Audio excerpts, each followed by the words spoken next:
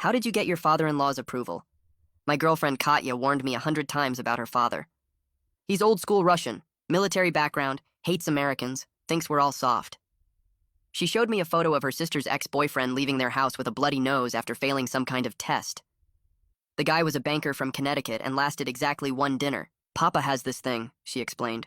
He and his friends from the factory will challenge any boyfriend to prove himself. Drinking games, arm wrestling, sometimes worse. So I did what any desperate person would do. Started taking Russian lessons in secret, 6 months of practice. Russian podcasts during my commute, Soviet movies with subtitles. Even started hanging out at this Russian bathhouse in Brighton Beach, where old men played cards and complained about everything. The night finally came. Their house in Queens. I brought flowers for her mother. Odd number, never even. That's for funerals.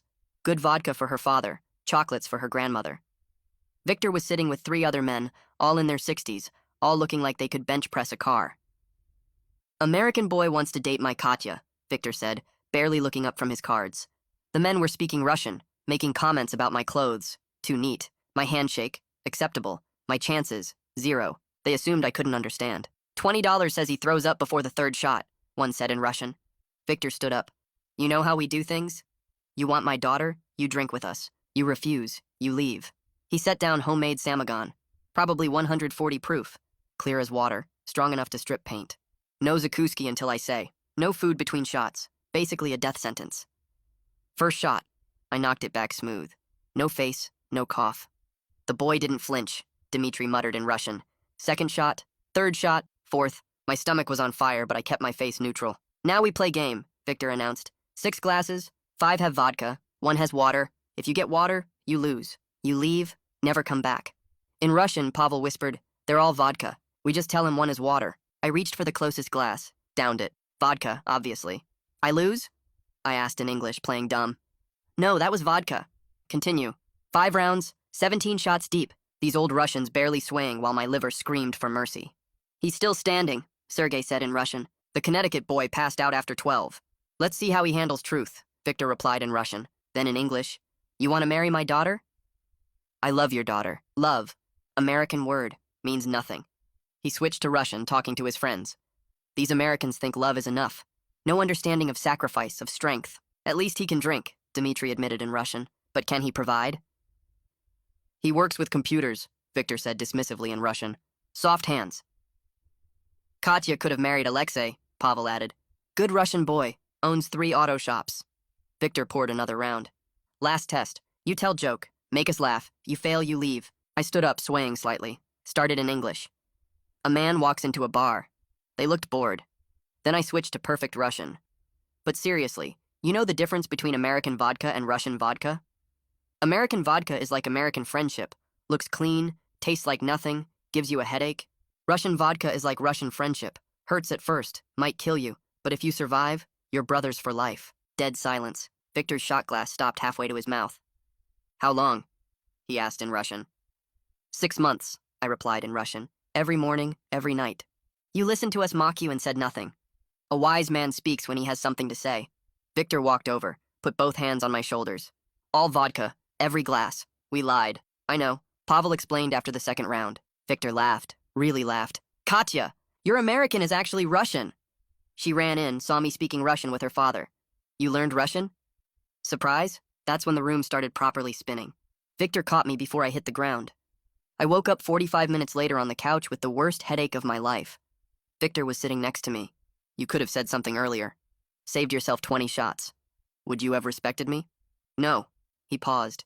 You marry her. I give permission. My heart exploded with joy. Victor, the impossible father-in-law, had given his blessing.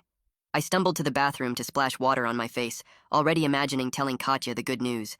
She'd gone upstairs earlier, probably to let her father handle me.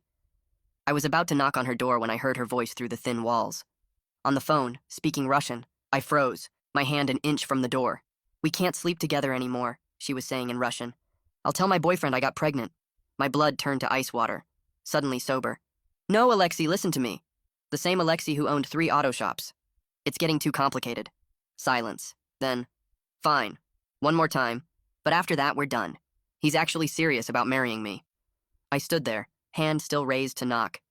20 shots of vodka churning in my stomach along with something worse. I walked through the door to confront her. Open edit without knocking, and her head snapped up from the phone, eyes going wide when she saw me standing there. She fumbled the phone, nearly dropped it, then pressed it to her chest like that would somehow erase what I'd just heard. Her mouth opened, but nothing came out at first. Just this weird gasping sound like she couldn't get air. I stood in the doorway watching her face cycle through shock, then fear, then something that looked like calculation as she tried to figure out how much I'd understood. She started speaking in English, asking what I was doing, why I didn't knock, but I cut her off in Russian, telling her I heard everything, every single word. The color drained from her face so fast I thought she might pass out. She ended the call without even looking at the phone, just stabbed at the screen until it went dark, then set it on her nightstand with shaking hands. The tears started then, not the pretty kind you see in movies, but the ugly kind that make your face red and your nose run. She switched to Russian, and the words came pouring out about pressure from her mother, about how Alexei's family and hers have been friends since before she was born, about Sunday dinners where everyone assumed they'd eventually marry, about her father pushing her to date Americans to prove she wasn't narrow-minded, but her mother crying about losing Russian traditions. She talked about thinking she could manage both relationships, keep everyone happy, figure it out later when she had more time to decide. I just stood there feeling the room tilt slightly, the vodka mixing with adrenaline in a way that made everything too sharp and too blurry at the same time. Heavy footsteps came up the stairs, and Victor appeared behind me in the doorway, his expression shifting from confusion to concern as he read the scene. He asked in Russian what was happening, and Katya tried to speak, but Victor raised one hand, and the words died in her throat. He looked at me and asked in Russian what I'd heard, and there was something in his voice that told me he already suspected. I told him in Russian that his daughter has been seeing Alexei our entire relationship and was planning to fake a pregnancy to cover it up. The silence that followed felt like it had weight, like the air itself got heavier. Victor's jaw clenched, and he asked Katya for her phone in that same calm voice he'd used during the drinking test, the one that somehow carried more authority than yelling ever could. She started to protest, but he just extended his hand and waited, and after maybe 10 seconds she handed it over. He scrolled through messages, his face getting harder with each swipe, then handed the phone back without a word. He told her in Russian that she'd shamed herself and their family, that dishonesty was worse than any choice she could have made honestly, that he'd rather she'd told him she wanted to marry Alexei than watch her lie to everyone. The vodka hit me harder then, the adrenaline fading and leaving just the 17 shots of Samagon burning through my system. My legs felt unreliable, and I sat down on her bed because standing seemed like it might not work much longer. The room swayed gently, and my stomach reminded me that I'd consumed enough alcohol to kill a smaller person. Victor noticed immediately and asked in Russian if I was all right, his tone shifting to something almost gentle, and the concern in his voice made everything worse because less than an hour ago, he'd given me permission to marry his daughter. I told Victor in Russian that I appreciated his earlier approval, but obviously things had changed and I needed to leave. Katya grabbed my arm then, her fingers digging in hard enough to hurt, and switched to English, begging me to let her explain properly, to understand that she does love me, that she was going to choose me eventually. Her hand felt hot on my arm, and I could feel her shaking, or maybe I was shaking, hard to tell with the vodka distorting everything. I removed her hand gently, and asked in Russian when exactly she was planning to end things with Alexei, and she went quiet for a long moment, before admitting she hadn't yet, because she was afraid of disappointing both families. The honesty hit worse than the lies because it confirmed she'd never actually intended to fully commit to either of us, just kept both options open indefinitely. Victor told Katya in Russian to go downstairs and tell the guests the evening was over, that there'd been a family situation. She protested, saying she needed to explain more, but Victor repeated the instruction with finality, and she left the room with tears streaming down her face. I heard her footsteps on the stairs, and then her voice downstairs speaking to her mother in Russian, too quiet to make out words. Victor sat down in Katya's desk chair, the one with a jacket draped over it and textbooks stacked underneath, and asked in Russian if I wanted water or food, the same Zakuski he'd denied me during the test. I accepted water because my mouth felt like I'd been chewing sand, and my head had started pounding in rhythm with my heartbeat. He left and came back maybe 2 minutes later with a large glass of water and some bread on a small plate, setting both on the nightstand next to Katya's phone. He told me in Russian that I'd earned his respect tonight, but he'd understand if I wanted nothing to do with his family now. I drank half the water in one long gulp and told him I needed time to think clearly, that 17 shots of Samagon wasn't the best state for major decisions. Victor actually smiled slightly at that and said in Russian that I'd held my alcohol better than most men twice my age, and it was a shame his daughter couldn't be honest like I was. The compliment felt surreal sitting in his daughter's bedroom, processing her betrayal while he praised my drinking capacity. I asked Victor in Russian if he'd known about Alexei, and he admitted he knew they had history, but thought it ended when Katya started dating me. He said in Russian that he wouldn't have put me through the test if he'd known she was dishonoring both relationships, that the whole point was testing worthiness for a woman who deserved it. Downstairs, I heard voices, and then the front door closing as guests left, Dimitri's voice saying something about coming back another time, Pavel thanking Natalia for the evening. I realized I'd have to walk past everyone to get out of this house, and the thought made my stomach turn. Victor seemed to read my mind and offered in Russian to have me leave through the back door to avoid questions. I told him in Russian that I'd rather walk out the front door with my head up, that I had nothing to hide or be ashamed of. Victor studied my face for a long moment, then nodded slowly and said in Russian that this was exactly why he gave his blessing in the first place, that I had the kind of strength his daughter clearly lacked. The words hit hard because they confirmed what I was feeling, but didn't want to admit. We walked downstairs together, Victor slightly ahead of me like he was leading the way, and I could hear voices getting louder as we got closer to the living room. Dmitri, Pavel, and Sergei were standing near the couch, looking confused and uncomfortable, while Katya stood by the kitchen doorway talking rapidly to her mother in Russian, her hands moving in quick gestures. Everyone went completely silent when Victor and I appeared at the bottom of the stairs.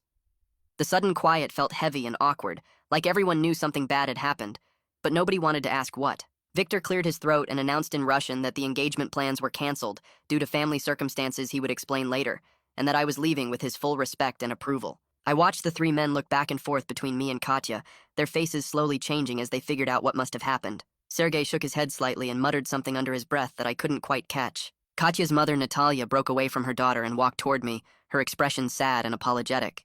She said in heavily accented English that she was very sorry for whatever had happened tonight, and I thanked her in Russian for the wonderful hospitality and the food. Her eyes widened with surprise when she heard me speak Russian. Then her face fell as the realization hit her that I probably understood every word of every conversation that happened in this house tonight. She touched my arm gently and said something in Russian about wishing things could have been different. I grabbed my jacket from the coat rack near the door and picked up the bottle of vodka I'd brought, which was still sitting unopened on the side table since we'd spent the whole night drinking Victor's homemade samagon instead. Pavel stepped forward and stopped me just as I reached for the doorknob, saying in Russian that I was welcome at the factory card games any Tuesday night, that I'd proven myself tonight regardless of what his daughter chose to do. The invitation surprised me and I thanked him, though I had no idea if I'd ever actually take him up on it. I pulled open the front door, and the cold November air hit me like a physical force, sharp and biting after the warmth of the house. I had to grab onto the porch railing to steady myself because suddenly the full weight of everything crashed down at once, the 17 shots of vodka and the emotional destruction combining into something that made my legs feel weak and unreliable. My hands were shaking as I pulled out my phone to call a car, because driving was absolutely impossible in my current state. The screen was too bright and the letters kept swimming around, making it hard to focus on the app. I managed to request a ride, and then just stood there on the porch, breathing the cold air and trying not to think about Katya inside, probably crying to her mother. While I waited, I opened my texts and messaged my friend Walt, asking if I could crash at his place tonight because I couldn't face going back to my empty apartment yet.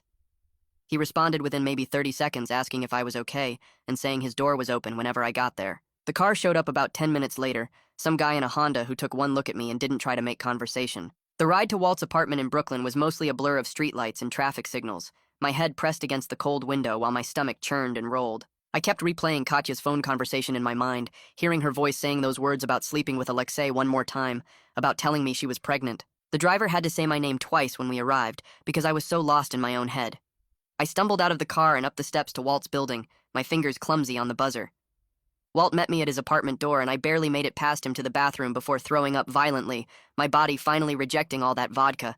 He held my hair back without saying anything, then got me water and helped me to his couch when I was done. I passed out almost immediately, still wearing my jacket. I woke up at 4 in the morning with the absolute worst hangover of my entire life, my head pounding so hard I could feel my pulse in my eyeballs and my stomach still doing flips.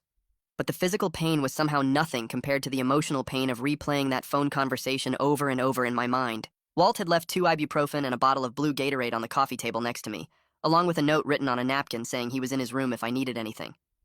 I took the pills and drank half the Gatorade, then just lay there staring at the ceiling in the dark. I spent the next few hours like that, watching the room slowly get lighter as the sun came up, my phone sitting on my chest. Around 6, I finally looked at it and saw 3 missed calls from Katya and 1 long text message written entirely in Russian. She was apologizing and asking to talk, explaining that things were complicated and she needed to make me understand what really happened. I read it twice and then just put the phone face down on the coffee table because I honestly had no idea what to say or if there was even anything left worth saying between us. I stayed like that for another hour, the phone getting heavier on my chest with each minute that passed. Around 7, I heard Walt's bedroom door open and his footsteps padding to the kitchen. The coffee maker started gurgling, and the smell of brewing coffee filled the apartment, somehow making my headache worse and better at the same time. He didn't say anything, just moved around the kitchen making noise that let me know he was there if I needed him.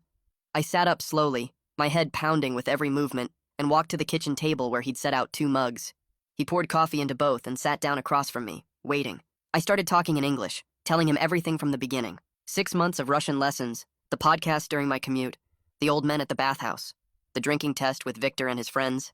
17 shots of Samagon, Victor giving his blessing, walking upstairs to tell Katya the good news, hearing her voice through the door speaking Russian to Alexei, the affair, the pregnancy plan, Victor reading the messages. All of it came out in one long stream while Walt just listened and drank his coffee and didn't interrupt once. When I finished, he refilled both our mugs and sat back in his chair. He asked if I was planning to give Katya a chance to explain herself. I told him I didn't know if explanations mattered when the basic facts were so clear. She'd been sleeping with Alexei our entire relationship. She'd planned to fake a pregnancy. What explanation could possibly change those things? Walt nodded and took another sip of coffee before pointing out that I'd invested 6 months in learning an entire language for this relationship. Maybe I owed it to myself to have one final conversation with clarity instead of vodka. Not for her sake, but for mine. To actually hear what she had to say without being drunk and shocked. To ask the questions that would keep me up at night if I didn't ask them now. I sat there thinking about that while my coffee got cold. He was right. I needed to hear it from her directly. Needed to understand what actually happened. Needed to close this properly instead of just running away from it. I pulled out my phone and typed out a message in Russian, saying I'd meet her tomorrow at a neutral location to talk, but I wasn't making any promises about the outcome. Her response came back within maybe 20 seconds, also in Russian, thanking me and suggesting a coffee shop in Manhattan that was halfway between our apartments. I confirmed the time and put my phone away. The rest of the day passed in a weird fog of physical recovery. Walt ordered Chinese food around noon, and we ate it while watching some mindless action movie on TV. He gave me space to process everything without being completely alone, which was exactly what I needed. He didn't ask more questions or try to give advice, just existed in the same space and let me work through things in my head. I kept running through every interaction with Katya over the past 6 months, trying to spot the signs I'd missed. The times she'd been unavailable or vague about her plans. The weekends she said she was visiting family, the nights she couldn't stay over because of early morning commitments. But mostly I just remembered normal relationship stuff. Dinners and movies and conversations and laughing together, which somehow made it worse because it meant she was really good at living a double life. That night I finally went back to my own apartment, and it felt wrong the second I walked through the door. Like the space had been contaminated by how much of myself I'd poured into the relationship that occupied it. My Russian textbooks were stacked on the desk exactly where I'd left them. My notes from language practice were scattered around. Flashcards with vocabulary words, a notebook filled with conjugation tables, physical evidence of my dedication sitting there mocking me. I spent an hour going through my phone and laptop, looking at messages and photos with Katya, trying to spot the lies in retrospect. There was a photo from 3 weeks ago where we'd gone to this Russian restaurant in Brighton Beach, and she'd been so happy that I could order in Russian. I remembered thinking that night that everything was perfect. Looking at her smile in that photo now, I couldn't tell if it was real or fake. Some dates seemed suspicious with the benefit of hindsight. A Saturday afternoon she'd canceled last minute saying her mom needed help. A Thursday evening she'd left early claiming a work emergency. But mostly she'd just been good at keeping the 2 parts of her life separate. I picked up my phone and called Torbjorn, my Russian tutor. He answered on the 3rd ring, and I told him in Russian that I needed to pause lessons for a while due to personal circumstances. He asked if everything was okay, and I gave him a brief version of events. Learning Russian to impress girlfriend's father. Passing the test, discovering the affair. He was quiet for a moment, and then said in Russian that at least my language skills were real, even if the relationship wasn't. The comment hit me harder than I expected because it was true. I genuinely love the Russian language and culture now. The way words fit together, the history behind certain phrases. The different mindset you had to adopt to think in Russian instead of English. But it was all tangled up with my motivation for learning. I'd started because of Katya, because I wanted to impress Victor, because I was desperate to prove myself worthy. How much of my love for Russian was actually mine, and how much was just me performing for someone else? I didn't have an answer to that. I pulled out a notebook and started preparing for tomorrow's conversation. Writing down questions I needed answered, boundaries I needed to set. Treating it like a business meeting because emotions had gotten me into this mess. When did the affair with Alexei start relative to our relationship? Does Alexei know about me?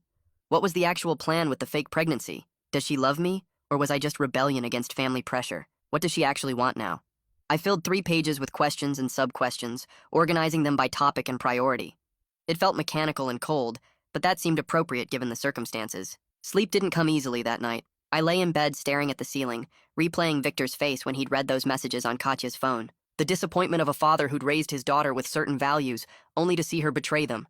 He'd given me his blessing based on strength and honesty, and then discovered his own daughter lacked both. I wondered if he was having a similar sleepless night across the river in Queens. If he was questioning where he'd gone wrong as a parent, If he was angry at Katya or angry at himself. The alarm on my phone went off at 7, even though I'd barely slept. I showered and dressed in clothes I'd laid out the night before, moving on autopilot while my brain ran through the questions I'd written down. The subway ride to Manhattan felt longer than usual. Every stop another minute to second-guess whether this conversation would change anything or just confirm what I already knew. I arrived at the coffee shop 40 minutes early and bought a black coffee I didn't really want, just to justify claiming the corner table in the back where we could talk without being overheard. The table was small and round with 2 chairs facing each other, no escape routes or comfortable distance. I pulled out my phone and reviewed my list of questions one more time, then put it away because I'd memorized them anyway.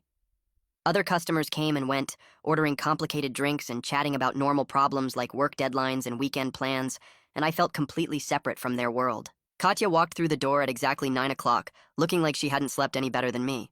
Her eyes were puffy and red, her hair pulled back in a messy way that would normally be cute, but today just looked tired, and she wore an oversized sweater like she was trying to disappear inside it. She saw me in the corner and walked over without stopping at the counter, sliding into the chair across from me and folding her hands on the table. I took a breath and started in English because I wanted to be completely clear about the rules.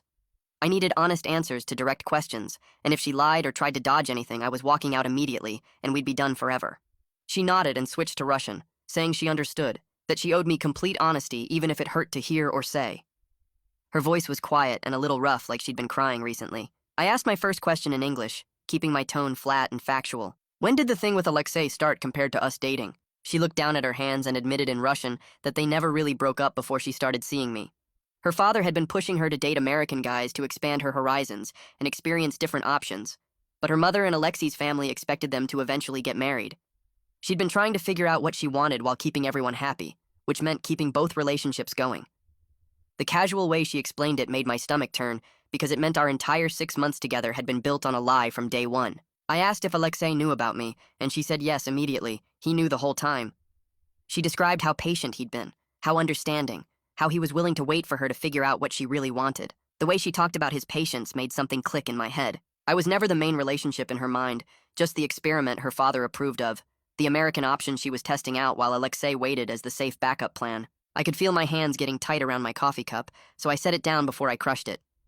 I asked about the pregnancy plan I'd heard on the phone, and she started crying again but kept talking in Russian. She'd panicked when I started getting really serious about marriage, and her father gave his blessing, suddenly realizing she'd have to actually choose instead of just drifting between both of us. She thought if she told me she was pregnant with my baby, it would force the decision and end the awful in-between state she'd been living in. I pointed out that her plan would have trapped me in a relationship based on a complete lie, maybe for years, and asked if she'd thought about that at all. She wiped her eyes and admitted in Russian that she wasn't thinking clearly, that she felt cornered by everyone's expectations pulling her in different directions. Her mother wanted Alexei, her father wanted me, Alexei's family had expectations, and she just wanted someone to make the choice for her so she wouldn't have to. I asked the hardest question, the one I'd been avoiding because I was scared of the answer. Did she actually love me, or was I just a way to rebel against family pressure while keeping Alexei as backup? She went quiet for a long time, staring at the table between us, and I could see her trying to figure out how to answer. Finally, she said in Russian that she did love me, but she also loved Alexei, and she honestly didn't know how to choose between her father's approval and her family's expectations. The answer was somehow worse than a simple no, because it meant everything between us had been real to her, but also not enough. I told her in Russian that she didn't have to choose anymore because I was making the choice for both of us. I was done, completely finished, not interested in being anyone's option or experiment or backup plan. She reached across the table to grab my hand, but I pulled back before she could touch me. I switched to English and told her I deserved someone who chose me clearly and completely, not someone who kept me as one possibility among several.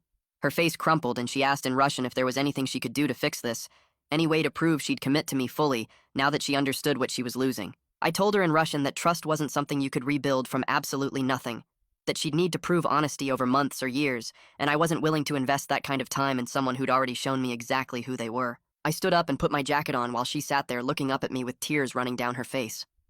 She asked in Russian if I hated her, and I thought about it for a second before answering honestly. No, I didn't hate her. I hated the situation and the choices she'd made, but I understood she'd been caught between impossible expectations from every direction. I added in Russian that I hoped she figured out what she actually wanted for herself, instead of just trying to make everyone else happy, because this pattern would destroy her eventually. I walked out of the coffee shop into the cold morning air and didn't look back.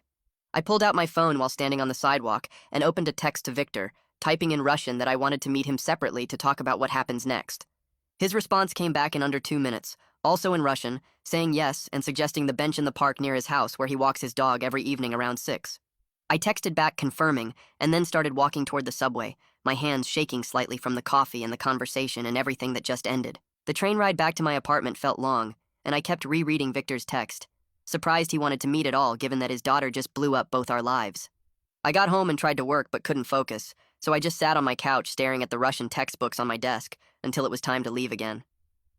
I took the train back to Queens and walked to the park, arriving a few minutes early. Victor was already sitting on the bench throwing pieces of bread to some pigeons, and when he looked up at me, I noticed he seemed older somehow, like the last 2 days had aged him in a way the drinking test never showed. He stood and shook my hand, then we both sat down, and he said in Russian that he appreciated me coming, that he'd spent the last 2 days thinking hard about where he went wrong as a father. I started to say something, but he held up his hand and continued in Russian, explaining how he pushed Katya to date outside the Russian community. Because he wanted her to have more choices than just the factory boys, but he never understood the pressure her mother was putting on her from the other direction to marry someone like Alexei. Victor went quiet for a minute, and then started telling me a story in Russian about his own past, about a woman he loved before he married Natalia.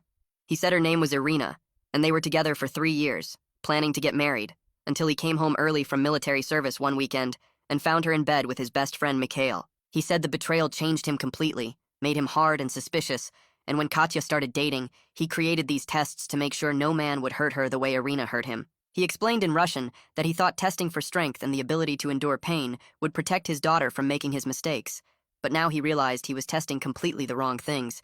I asked him what he meant by that, and Victor said in Russian that he tested my ability to drink poison and sit through discomfort and keep secrets.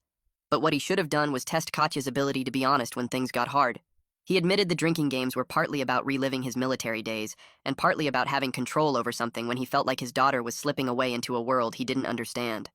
We sat there not talking for a while, just watching the sun start to go down over the houses and the dog walkers passing by on the path. Then Victor said in Russian that he was officially taking back his blessing to marry Katya, but he wanted me to know the respect he showed me that night was completely real and had nothing to do with his daughter's choices. I told him in Russian that his respect meant something important to me, regardless of what happened with Katya, that earning it taught me things about my own strength I didn't know before. Victor asked what I planned to do with my Russian language skills now, and I admitted I hadn't decided yet if continuing to study felt real or if it would just remind me of the relationship every time I practiced.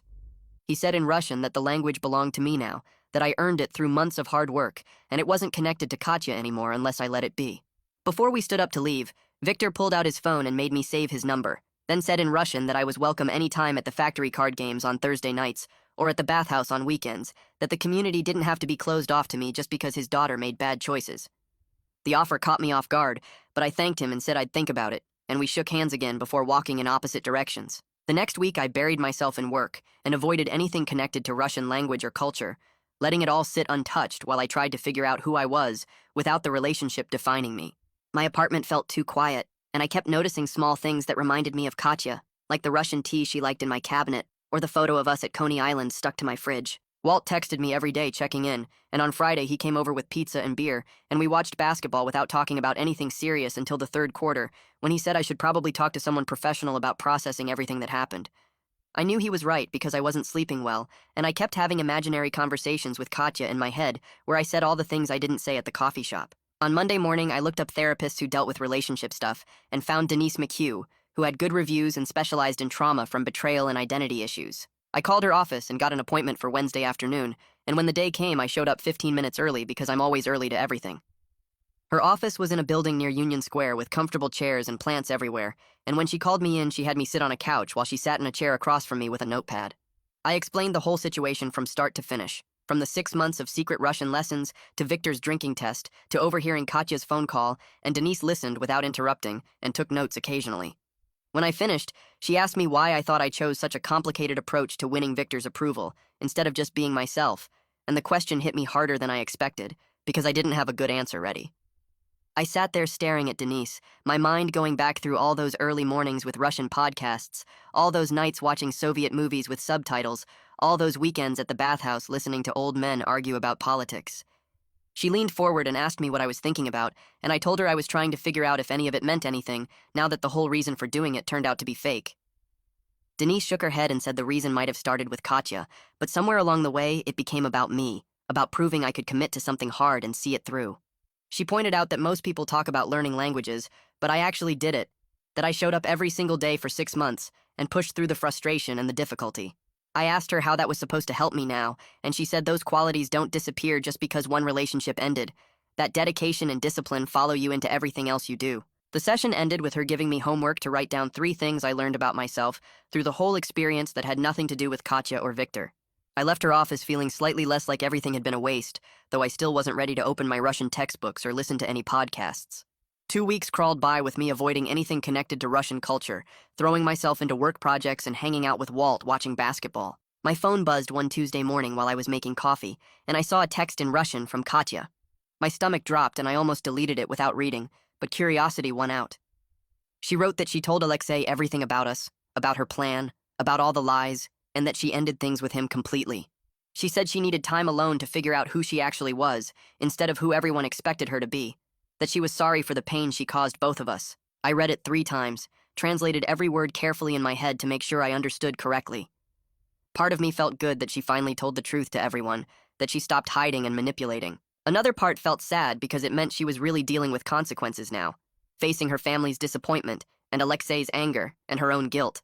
I typed out a response twice and deleted it both times, finally deciding that silence was the right answer. She needed to figure herself out without me responding or engaging or giving her any kind of validation. I put my phone down and finished making my coffee, noticing that my hand was steady and my chest didn't feel tight anymore. 3 days later, Victor texted me in Russian with an update I wasn't expecting. He said Katya moved out of the family house temporarily to stay with a friend, that everyone needed space to process everything that happened. He told me the whole family started going to therapy together, working through the cultural pressure issues that contributed to the situation. He wrote that Natalia finally admitted she'd been pushing Katya toward Alexei behind his back while he was pushing her toward American boyfriends, and Katya got caught in the middle trying to please everyone. Victor said he took responsibility for creating impossible standards and using his drinking tests as a way to control who his daughters dated. The message was longer than anything he'd sent before, more open and honest than I'd ever heard him be. He ended by saying he hoped I was doing okay, and that the invitation to card games and the bathhouse still stood whenever I was ready. I wrote back thanking him for the update and telling him I appreciated his honesty, that maybe I'd take him up on the bathhouse invitation soon. It felt strange maintaining a relationship with my ex-girlfriend's father, but the connection felt real in a way that had nothing to do with Katya anymore. Saturday morning came and I woke up early without setting an alarm, my body still programmed from months of early Russian study sessions. I lay in bed for a while thinking about Denise's homework assignment, about what I'd actually learned through everything. Then I got up, got dressed, and took the subway to Brighton Beach without really deciding to do it. The bathhouse looked exactly the same as it had 6 months ago, when I first started coming here. Same faded sign, same old men shuffling in with their towels. I paid my entry fee and headed inside, the familiar smell of steam and eucalyptus hitting me immediately. I found a spot on one of the wooden benches and just sat there listening to the men around me speaking Russian, complaining about their health and politics and their ungrateful children. For the first time in weeks, I let myself actually hear the language instead of avoiding it, let the words wash over me without connecting them to Katya, or the test, or any of the pain. I realized I was here because I wanted to be, because I liked the heat and the atmosphere and the feeling of understanding conversations happening around me. Pavel spotted me from across the room, and his face broke into a smile, waving me over to where he sat with Dmitri and Sergei playing cards. I stood up and walked over, accepting the cards Pavel dealt me, and settled into the game feeling like maybe the 6 months weren't completely wasted after all. I'd learned a language that now belonged to me, earned respect from people who didn't give it easily, and discovered I was strong enough to walk away from someone I loved when staying would have meant accepting lies. The cards felt good in my hands, and the Russian banter felt natural coming out of my mouth, and I realized this was mine now, regardless of how it started. So that's the complete breakdown of how language learning for relationship purposes became genuine cultural connection, despite betrayal. If you found this analysis of cross-cultural relationships informative, hit that like button. Subscribe for more detailed stories about navigating identity and boundaries, and I've linked resources on language learning motivation in the description. Thanks for watching.